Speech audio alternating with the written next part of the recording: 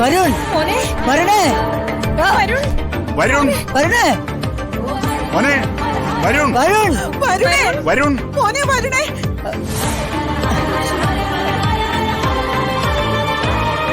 വരുൺ വരുൺ അയ്യോ മോനെ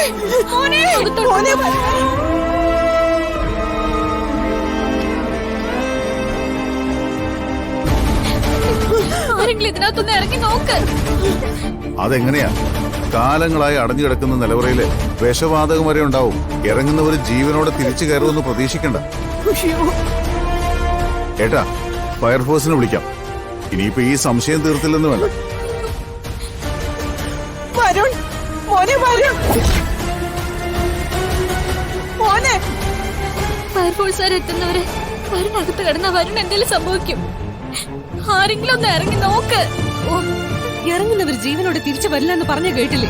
സംശയം ഉണ്ടെങ്കിലേ തിരുമേനിയോട് ചോദിക്കും. അതേ കുട്ടി, ഇറങ്ങുന്നത് അപകടമാ, ജീവനാപത്താ. എന്നാ ഞാൻ ഇറങ്ങി നോക്കാം.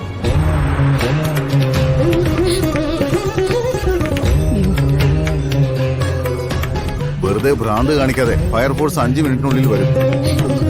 ഞാൻ ഇറങ്ങാം. എനിക്ക് എന്റെ ജീവനിൽ പേടിയൊന്നുമില്ല. ബിജു, ആ ഫോണിൽ താ. തുറക്ക്.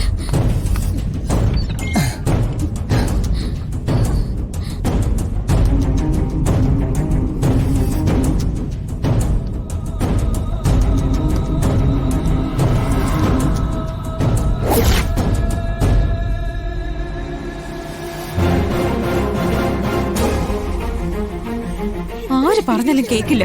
അവിടെ ചെന്ന് എന്തെങ്കിലും അപകടം സംഭവിക്കുമ്പോ പഠിച്ചോളൂ. വരുൺ, വിഷവാതകം ഉണ്ടെങ്കിൽ ഇത്ര നേരം മതിയായിരുന്നു.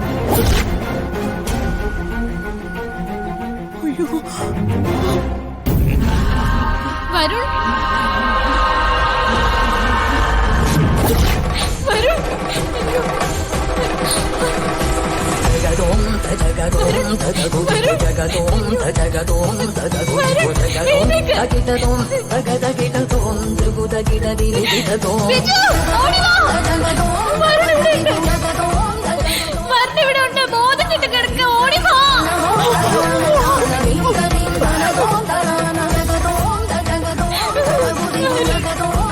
ഇപ്പൊ എങ്ങനെയുണ്ട്? ആ കുട്ടി പറഞ്ഞ സത്യമല്ലേ?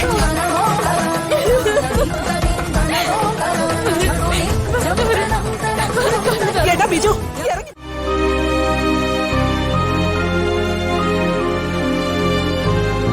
മോള് വിഷമിക്കണ്ട. നിന്റെ മനക്കരുത്തുകൊണ്ട വരുണിനെ ഞങ്ങൾക്ക് തിരിച്ചു കിട്ടിയത്. അത് ഇവർക്കാർക്കും പറഞ്ഞ മനസ്സിലാവില്ല.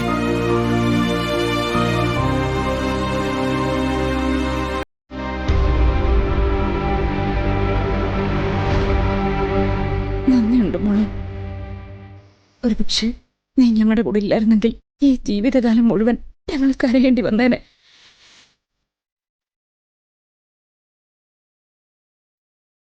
ഏത് കാര്യത്തിനും ഭഗവാൻ ചില നിമിത്തങ്ങൾ കാട്ടിത്തരും. അതിപ്പോ ഈ കുട്ടിയുടെ രൂപത്തിലായെന്ന് മാത്രം.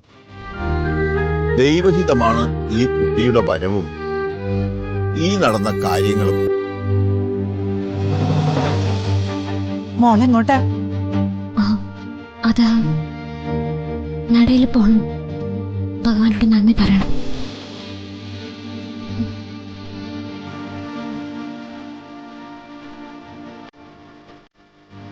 കണ്ടോ, മനസ്സ് നിറച്ച് ഭക്തിയും നന്മയുള്ളതിന്റെ ഗുണോ. കണ്ട് പഠിക്കണം നിങ്ങള്.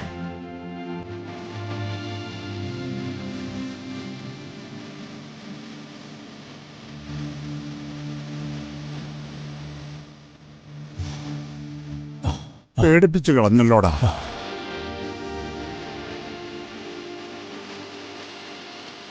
സോറി അച്ഛൻ, സോറി. നമ്മുടെ കുടുംബത്തിന്റെ നാശത്തിന് വേണ്ടി ആരൊക്കെയോ വട്ടമിട്ട് പറക്കുന്നുണ്ട്. എല്ലാവരും പരസ്പരം ശ്രദ്ധിച്ചാലേ പറ്റൂ.